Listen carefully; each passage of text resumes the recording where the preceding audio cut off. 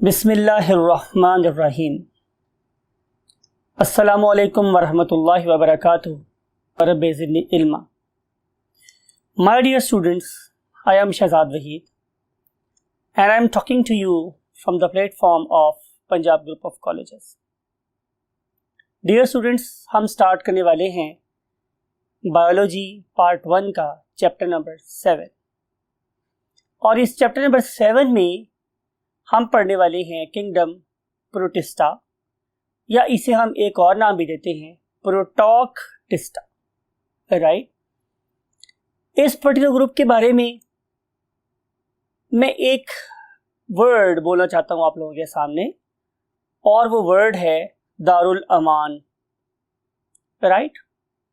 अगर आप फतह मक्का के बारे में कुछ इन्फॉर्मेशन रखते हैं तो आप लोगों को याद होगा कि हमारे प्यारे आका सल्लल्लाहु अलैहि वसल्लम ने फरमाया कि अगर कोई शख्स अबू सुफियान के घर में दाखिल हो जाएगा तो उसको पनाह मिल जाएगी, राइट। सिमिलरली हम ये बात यहाँ पे कहना चाह रहे हैं कि इस पर्टिकुलर ग्रुप में हम वो सारे ऑर्गेनिज्म डाल देंगे, इसको दारुल अमान समझेंगे जिन्हें किसी और किंगडम ने कबूल नहीं किया। मिसाल के तौर पे अगर कोई प्लांट जैसा है मगर उसके सारे फीचर प्लांट से नहीं मिलते तो उसे कहाँ डाल देंगे हम? प्रोटिस्टा में। अगर कोई एनिमल है लेकिन उसके सारे फीचर एनिमल जैसे नहीं है, एनिमल का किंगडम उसको एनिमल एक्सेप्ट नहीं कर रहा, तो हम उसको भी उठा के प्रोटिस्टा में रख देंगे, राइट। सिमिलरली अगर मेरे पास एक ऑर्गेनिज्म के मोस्ट फीचर किंगडम फंजाई से मिलते हैं लेकिन उसके कुछ फीचर उसको उसमें मिसफिट कर रहे हैं, तो हम उस ऑर्गेनिज्म को उठा के भी कहाँ प्लेस कर देंगे? किंगडम प्रोटॉक्टिस्टा में। इसीलिए मैंने इसे नाम दिया है दारुल अमान, यानी कि हर एक मिसफिट बंदे को यहाँ अमान मिल जाएगी। अब इसे साइंटिस्ट ने कैसे बोला? साइंटिस्ट ने इसे नाम दिया ग्रुप ऑफ एक्सक्लूजन्स, जिसे कोई एक्सेप्ट नहीं करता उसे प्रोटॉक्टिस्टा एक्सेप्ट कर लेता है। आइए हम इसी सखी से ग्रुप की बात करते हैं जिसे हम बोलते हैं protoctista. So let's move to the whiteboard. Yes my students, हमने इंट्रोडक्शन कर लिया है कि बेसिकली ये ग्रुप ऑफ एक्सक्लूजन है और यही हमारा इंट्रोडक्शन था।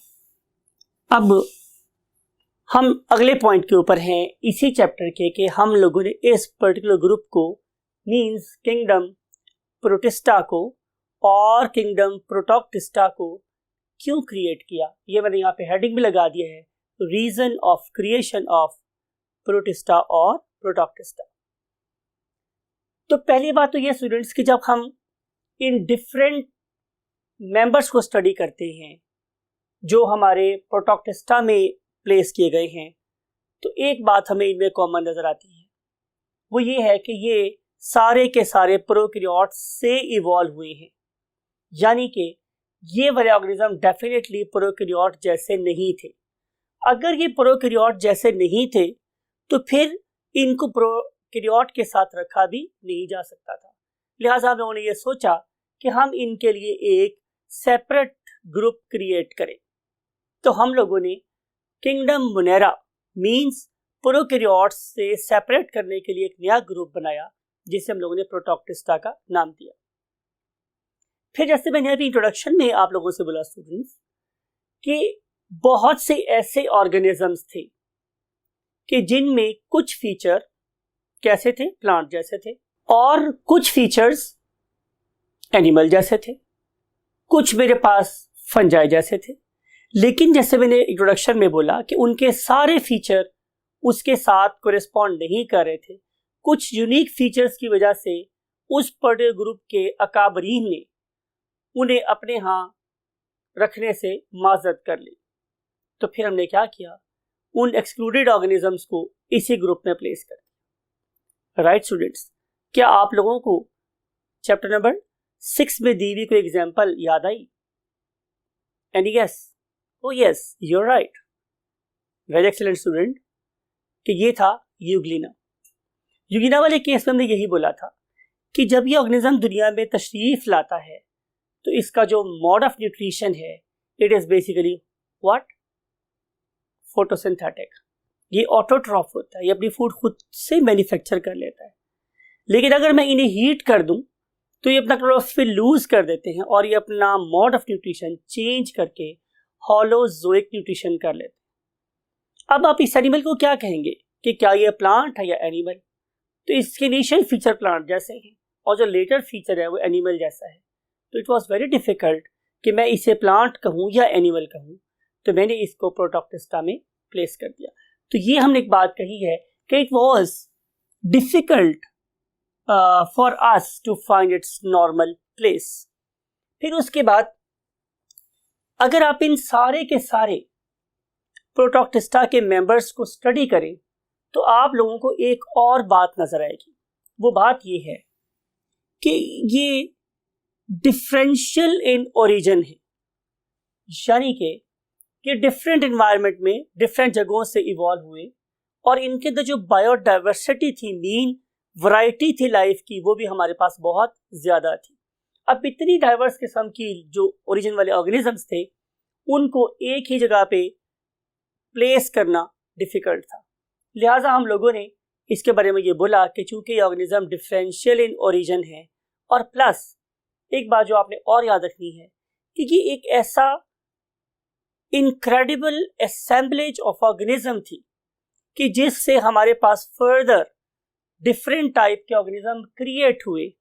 तो इसलिए हम इसे बोलते हैं कि it is basically a polyphyletic group है, यानी कि ये एक ऐसा ग्रुप ऑफ ऑर्गेनिज्म है जिससे मुख्तलिफ किस्म के ऑर्गेनिज्म इवॉल्व हो सकते हैं। तो हमने यहाँ पे दो कैरेक्टर स्टडी किए, यानी कि इनका अपना ओरिजिन बहुत डिफरेंट एनवायरनमेंट में हुआ है, प्लस इन लोगों ने डिफरेंट किस्म की फॉर्म ऑफ लाइफ को ओरिजिनेट किया। अगर ये सारा कुछ है तो आप लोग इस तरह पॉइंट को गौर से सुने, जो देखें जिसके ऊपर मैंने ब्लू एरो लगा दिया आप लोगों के लिए, कि क्या इतनी डाइवर्स फॉर्म ऑफ लाइफ के अंदर कोई एक ऐसा कैरेक्टर है जिस पे हम इन सब को इकट्ठा कर सकें, कोई यूनिफाइंग कैरेक्टर? राइट, तो आंसर था यस। इन सारे के सारे ऑर्गेनिज्म में सिर्फ एक ही कैरेक्टर यूनिफाइंग है और वो है स्टूडेंट्स के they are eukaryotic organisms. Right, unicellular तो ये हैं ही, लेकिन सबसे अहम बात यह है कि बाद में हमने इसमें कॉलोनियल ऑर्गेनिज्म भी ऐड किए, फिर हम लोगों ने इसमें मल्टीसेलुलर ऑर्गेनिज्म भी ऐड किए, लेकिन जो फीचर फिर भी हमने मद्देनजर रखा वो क्या था कि all of them are eukaryotic organisms. Right, फिर इंपॉर्टेंट बात यह है स्टूडेंट्स, अब हम इस वाले पॉइंट को देख रहे हैं जिसके साथ मैंने अब ब्लू एरो लगाया है, लेकिन उसके साथ मैंने ऑलरेडी एक ब्लैक स्टार ऐड किया हुआ था कि अगर ये सारे के सारे पॉलीफाइलेटिक इन ओरिजिन हैं और डिफरेंट एनवायरनमेंट से आए हुए हैं, तो फिर क्या ऐसा पॉसिबल है हमारे पास कि हम इनके अंदर कोई एक्सेप्शनल कैरेक्टर ढूंढ सकते हो? भाई, अगर मैं ये बात कर रहा हूं कि इनमें से कुछ ऑर्गेनिज्म किंगडम एनिमेलिया में से आए हैं, कुछ एनिमल किंगडम प्लांटे में से आए हैं और कुछ ऑर्गेनिज्म किंगडम फंजाई में से आए हैं, तो क्या इन्हें फिर भी कोई एक्सेप्शनल मकाम हासिल है? तो आंसर इज यस स्टूडेंट्स। वो ये है कि इनकी अगर डेवलपमेंटल स्टेजेस देखें तो अनलाइक अदर 3 फॉर्म्स ये कभी भी एम्ब्रियो नहीं बनाते, इनमें कभी भी ब्लास्टुला नहीं बनता। लेकिन अगर आप बाकी 3 फॉर्म्स ऑफ किंगडम्स को देखें तो इनमें प्रॉपर एक ब्लास्टुला बनता है। तो ये जो कैरेक्टर है ये इन्हें एक मुमताज हैसियत देता है एक्सेप्शनल होने की from other 3 forms of life. Right students, और आगे हम देखेंगे कि हमारे पास इन ऑर्गेनिजम्स के कौन कौन से 5 मेजर ग्रुप्स हैं। राइट स्टूडेंट्स, तो उनकी हम लिस्ट बना लेते हैं। 5 major groups of प्रोटिस्ट्स।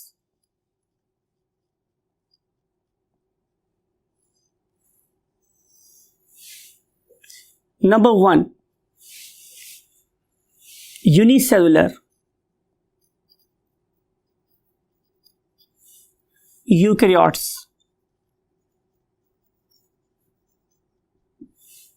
2, multicellular eukaryotes. Number 3, colonial eukaryotes. Right? Number 4, slime molds. And number 5, oomoicots. Right? अब फर्दर को देखा जाएगा कि इनमें से कौन सी अलगी है और कौन सी अलगी नहीं। अब हम चलेंगे स्टूडेंट्स नेक्स्ट पॉइंट की तरफ, और वो जो नेक्स्ट पॉइंट है वो ये है स्टूडेंट्स कि what is the historical perspective of the kingdom protista. इसके लिए भी मैंने आप लोगों के लिए एक वही बात है फ्लैश कार्ड ऑलरेडी बना के रखा हुआ है, जाहिर है इसमें मेरी फैसिलिटी भी है, नो डाउट एट ऑल। चलिए यहां दोबारा लिख लेते हैं, हिस्टोरिकल पर्सपेक्टिव।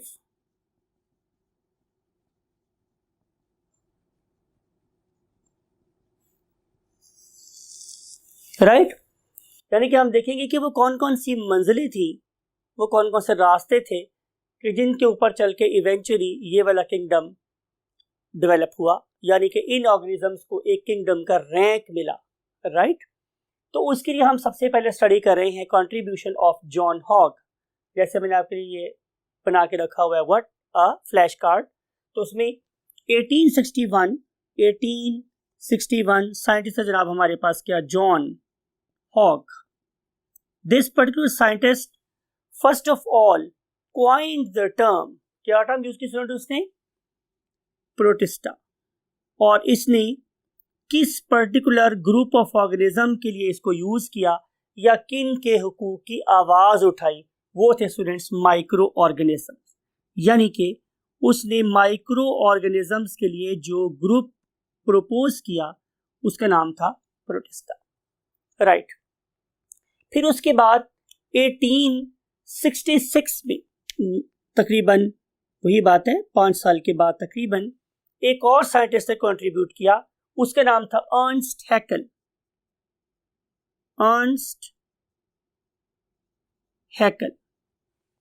राइट? इसने थोड़ी सी इसी कॉन्सेप्ट को और आगे बढ़ाया, जिसको हम एक डायग्राम से समझते हैं कि ये मेरे पास एक बिगर ग्रुप है फॉर एग्जांपल, और इसकी उसने 2 डिवीजन्स कर दी, सिंपल 2 डिवीजन्स कर दी। एक डिवीजन में उसने रखे कौन से ऑर्गेनिज्म जो कि प्रोकैरियोटिक थे, ट्रू प्रोकैरियोट्स, यानी कि ये वो ग्रुप ऑफ ऑर्गेनिज्म था कि दोज वर नॉन न्यूक्लिएटेड।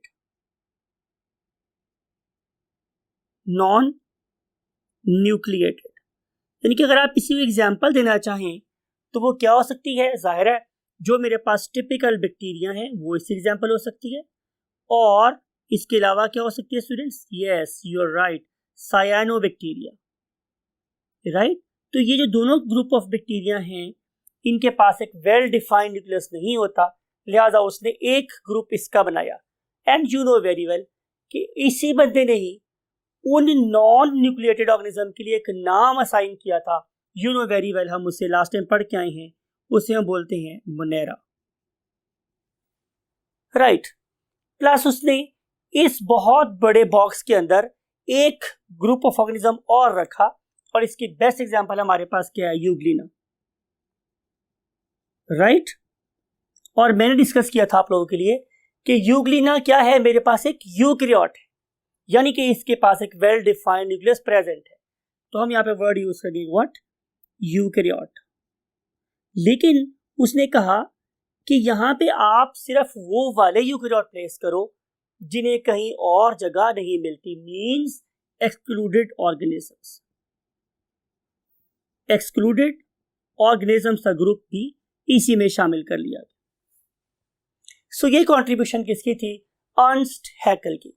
उसके बाद हम चलते हैं नेक्स्ट अचीवमेंट की तरफ। It was by Herbert Copeland, year था 1938। So let's write it down, 1938, और साइंटिस्ट का नाम है हर्बर्ट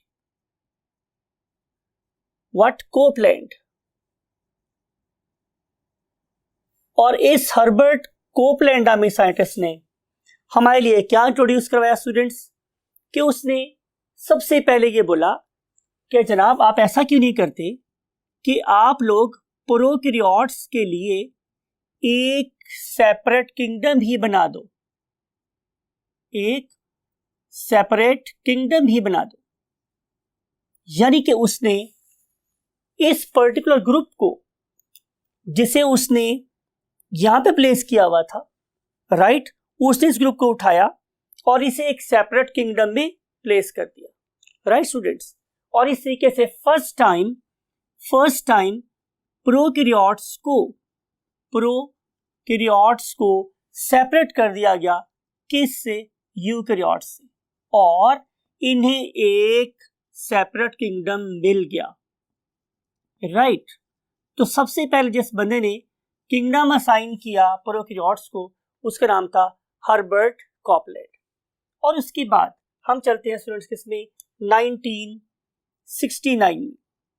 ये ऑलमोस्ट हमारा दौर शुरू हो गया 1969। और इसमें जो साइंटिस्ट उसका नाम था स्टूडेंट्स व्हाट, रॉबर्ट वाइटेकर। इसके नाम से आप पहले बखूबी वाकिफ है स्टूडेंट्स, TAKER, डबल बी और यहाँ पे डबल टी आपने याद रखना है, रॉबर्ट वाइटेकर। 1969 में रॉबर्ट वाइटेकर नामी साइंटिस्ट ने एक और एडवांसमेंट की। उसने ये बोला कि आप लोग इसके अंदर सिर्फ और सिर्फ यूनिसेलुलर यूकैरियोट्स को शामिल करो, बस, सिंपल। यानी कि उसने यूनिसेलुलर यूकैरियोट्स के लिए जो ग्रुप मुंतखब किया, उस ग्रुप का नाम क्या था, प्रोटॉक्टिस्टा। लेकिन उसके बाद फिर 1988 में एक और साइंटिस्ट ने कदम रखा, you know very well, Lynn Margulis and Schwartz, SCHWARTZ, Margulis and Schwartz. आप लोगों को पता है कि इन्होंने इसके लिए एक सेपरेट किंगडम बनाया, ठीक है। और इस पर्टिकुलर किंगडम में उसने 5 टाइप्स के वो ऑर्गेनिज्म प्लेस कर दिए जिसे हम ऑलरेडी यहां पे पढ़ चुके। तो जितनी डाइवर्सिटी इस पर्टिकुलर ग्रुप को मार्गुलिस और श्वार्ट्ज ने दी, वो किसी और ने नहीं दी। लेकिन इंपॉर्टेंट बात स्टूडेंट ये है, बड़ी गौरतलब बात को ये है कि मार्गुलिस और श्वार्ट्ज ने जो हम लोगों को किंगडम सिस्टम दिया, यू नो वेरी वेल, हमने लास्ट टाइम डिस्कस किया था कि ये तो बेसिकली 5 चीजों के ऊपर बेस कर रहा था। There were 5 kingdoms. Number 1 was prokaryote, right, kingdom जिसे हम बोलते हैं व्हाट, मोनेरा। और ये जो मेरे पास ग्रुप है, it was basically group of exclusions, means protoctista. अब इस प्रोटॉक्टिस्टा से डेवलप हुए प्लांट्स, देन डेवलप हुए इससे क्या, फंजाई, और इससे डेवलप हुए क्या, एनिमल्स, राइट, नाम लिखे थे इनके लिए।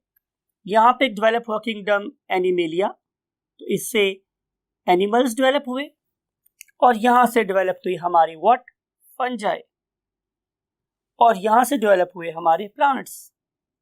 इसीलिए इसे क्या नाम दिया गया कि ये एक पॉलीफाइलेटिक ग्रुप ऑफ ऑर्गेनिजम्स। तो ये वो कॉन्ट्रीब्यूशंस थी जो हम लोगों को हिस्ट्री में नजर आती हैं बाय द डिफरेंट साइंटिस्ट्स। सो आज का जो किंगडम है, जिसे हम आज पहचानते हैं किंगडम मोनेरा, वो बेसिकली किसने मतलब यूज किया प्रॉपरली, मार्गुलिस एंड श्वार्ट्ज ने। और जितनी डाइवर्सिटी इनको इन दो साइंटिस्ट ने दी, किसी और ने नहीं दी। इसके बाद स्टूडेंट्स हमें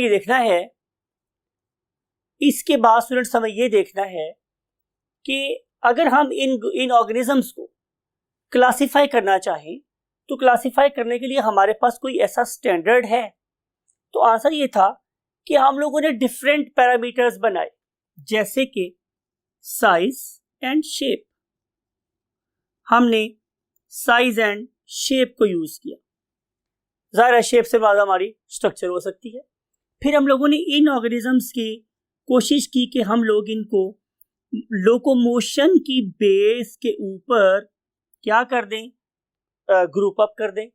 फिर हमने ये देखा, हमने सोचा कि शायद हम इन्हें मोड ऑफ न्यूट्रिशन की बेस पे या वेज ऑफ न्यूट्रिशन की बेस पे क्लासिफाई करने में किसी तक कामयाब हो जाए, या हम लोग इनके हैबिटेट्स और डिफरेंट किस्म के इंटरेक्शंस के ऊपर, it is D students, that is E, then interaction के ऊपर शायद हम इन्हें आपस में रिलेट कर सकते हो, इंटरेक्शन विद अदर ऑर्गेनिजम्स की बात हो रही है, उस बेस पे हम इनको आपस में ग्रुप अप कर सकते हो, या फिर हम लोग स्टडी कर सकते हो इनकी वेज ऑफ व्हाट रिप्रोडक्शन की बात कर रहे हैं, तो इन डिफरेंट किस्म के पैरामीटर्स को स्टडी करने के बावजूद हम इनके अंदर कोई भी यूनिफाइंग कैरेक्टर नहीं फाइंड कर सके, except only one character, and you know very well that very character was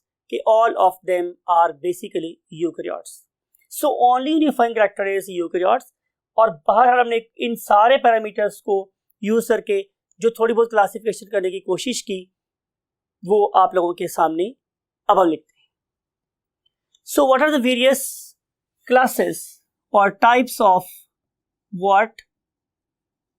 Types of protists. Right students, जी स्टूडेंट्स, हम पढ़ रहे थे टाइप्स ऑफ प्रोटिस्ट। तो हम इसमें जो डिफरेंट टाइप्स पढ़ रहे हैं उसमें पहली जो एग्जाम टाइप है that is called as amoebas, right. और आप लोगों के पास डिफरेंट कॉलम्स बुक पे बने हुए हैं, आप टेबल 7.1 आपने गौर से याद करना है।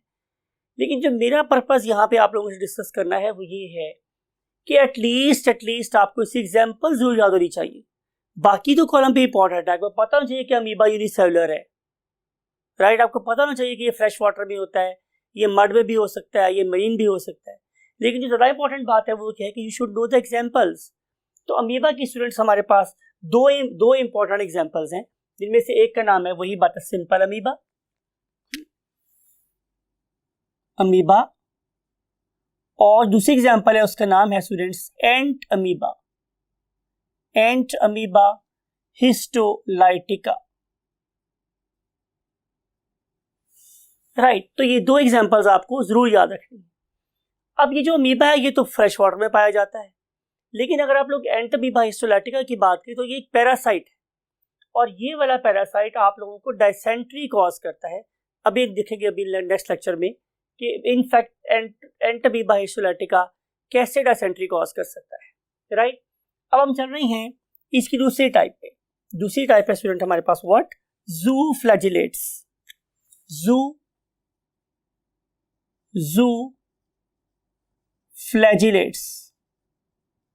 यानी कि ये एनिमल की तरह से हैं और इनका जो ऑर्गन ऑफ लोकोमोशन है वो फ्लैजिला है, और इसीलिए हम इन्हें ज़ूफ्लैजिलेट्स कहते हैं। अब अगर आप इन ज़ूफ्लैजिलेट्स को देखें तो ये सॉलिटरी भी हो सकते हैं, मीन जैसे मैं अक्सर बोलता हूँ तन्हा भी जी सकते हैं, और ऐसा भी हो सकता है कि इसी कॉलोनी की फॉर्म में भी रह सकते हैं, और ये मल्टीसेलुलर भी हो सकते हैं। तो इसका मतलब ये है कि इसमें हमारे पास ग्रेट डाइवर्सिटी पाई जाती है। ये पैरासाइट भी हो सकते हैं, फ्री लिविंग भी हो सकते हैं। अब इसलिए जो इंपॉर्टेंट बात है वो क्या है, इसी एग्जाम्पल्स। तो आए हम इनकी कुछ एग्जाम्पल्स को अंडरस्टैंड करते हैं। Best known example you know very well students, वो क्या है जिसको आप बिल्कुल तरीके से जानते हैं, that is called as euglena. अभी डिस्कस किया हम लोगों ने यूग्लिना के बारे में। So this one is euglena. Another very excellent example is trypanosoma.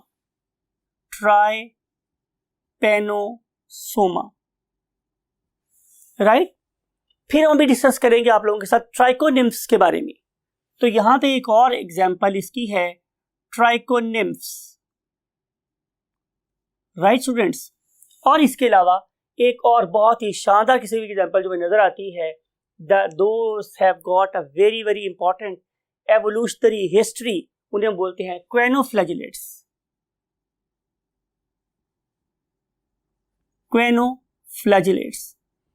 ये एक बहुत बड़ा ग्रुप है, हम इसे ऑर्गेनिज्म नहीं कहना चाहिए। तो ये हैं कुछ बड़ी ही यूनिक किस्म की एग्जांपल जो आप लोगों को एटलीस्ट याद होनी चाहिए। फिर स्टूडेंट्स हम इसके बाद जिस पॉइंट पे मूव कर रहे हैं वो है हमारे पास next group, and that is called as actinopods. That is called as actinopods. और जो एक्टिनोपॉड्स हैं उसके लिए जो हमारे पास बेस्ट एग्जाम्पल है that is called as radio और रेडियोलेरियंस। रेडियोलेरियंस इसकी हमारे पास बेस्ट एग्जाम्पल है, राइट। अब हम चल रहे हैं स्टूडेंट्स फोर्थ पॉइंट पे, और जो फोर्थ पॉइंट है उसका नाम है फोरा मिनी फेरा। फोरा मिनी फेरा, राइट स्टूडेंट्स। और ये जो ब्रेक कर लेते हैं फोरा मिनी फेरा, याद करवाने के लिए आप लोगों को हमने इसको ब्रेक कर दिया इनटू इजियर कम चंक्स और पीसेस। सो फोरा मिनी फेरा। अब ये जो मेरे पास फोरा मिनी फेरा है इसकी मुझे कुछ एग्जांपल्स याद रखनी है, जिसमें से सिंपल यही है कि हम इन्हें फॉरम्स के नाम से याद करते हैं कि all members of this group are basically called as what, forams. Now we want to move to the next, apicomplexans. अब इसमें आपने ब्रेक कर देना है इसको एपीकॉम्प्लेक्सन्स। और जो एपीकॉम्प्लेक्सन की बेस्ट एग्जांपल है स्टूडेंट्स वो मशहूर ज़माना प्लाज्मोडियम। और आप लोगों को याद है कि कहा जाता है कि दूसरी जंग अजीम में जितना नुकसान इस पैरासाइट ने पहुंचाया था उतना शायद गोला बारूद ने भी नहीं पहुंचाया था। I am talking about the very famous disease that is called as malaria. तो ये एक मलेरिया कॉजिंग एजेंट है, इसको भी आप लोगों ने माइंड में रखना है। Number 6 is ciliates. अब नाम इंडिकेट कर रहा है कि इनकी बॉडी के ऊपर बहुत से फाइन हेयर लाइक स्ट्रक्चर है जिन्हें हम लोग सीलिया कहते हैं। और इसकी बड़ी मशहूर example you know very well that is called as paramecium, right students. इसके अलावा वर्टिसेला और इसके अलावा स्टेंटर। ये वो कुछ एग्जांपल्स हैं कि जो हम लोगों को डिफरेंट किस्म के प्रोडक्ट्स के बारे में अंडरस्टैंड करना है या याद रखना है। नेक्स्ट लेक्चर में हम बहुत डिटेल से स्टडी करेंगे एटलीस्ट आज हम इन दो ग्रुप्स को जिनका नाम था क्या, अमीबा और zooflagellates. Till that time take very good care of yourself. Bye bye.